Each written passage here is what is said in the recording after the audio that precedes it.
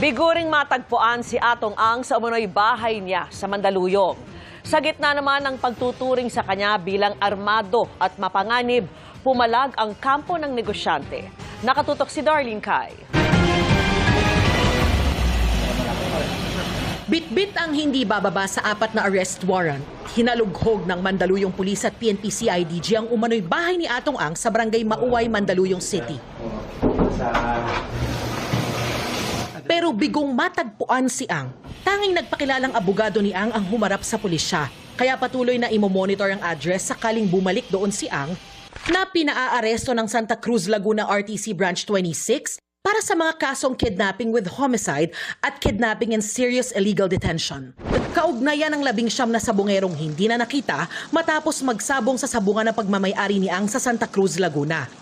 Sabi ni Interior Secretary John Vic Remulla, gagawin ng mga pulis ang lahat para mahanap si Ang na tinawag niyang armed and dangerous.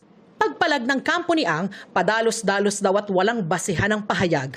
Tumanggi muna ang abogado ni Ang sa mga bagong panayam at palilimita muna sa unang pahayag na premature ang desisyon ng korte na ipaaresto si Ang. Yan ay habang inaasikaso ang pleadings na ihahain niya sa korte para hindi niya maapektuhan ng judicial remedies o mga legal na hakbang ni Ang.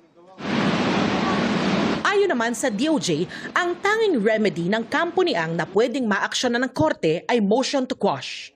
Yung motion to quash, pwede niyang i-file even before the arraignment is set, or before even the court acquires jurisdiction over the person. Pero all other pleadings na i-file nila kung hihingi sila ng kahit na anong affirmative relief galing sa husgado, ay hindi nila pwedeng gawin at hindi aaksyonan ng husgado dahil sa wala pa itong jurisdiction doon sa katauhan ng akusadong humihingi ng affirmative relief. Itinuturing na nilang fugitive o pugante si Ang.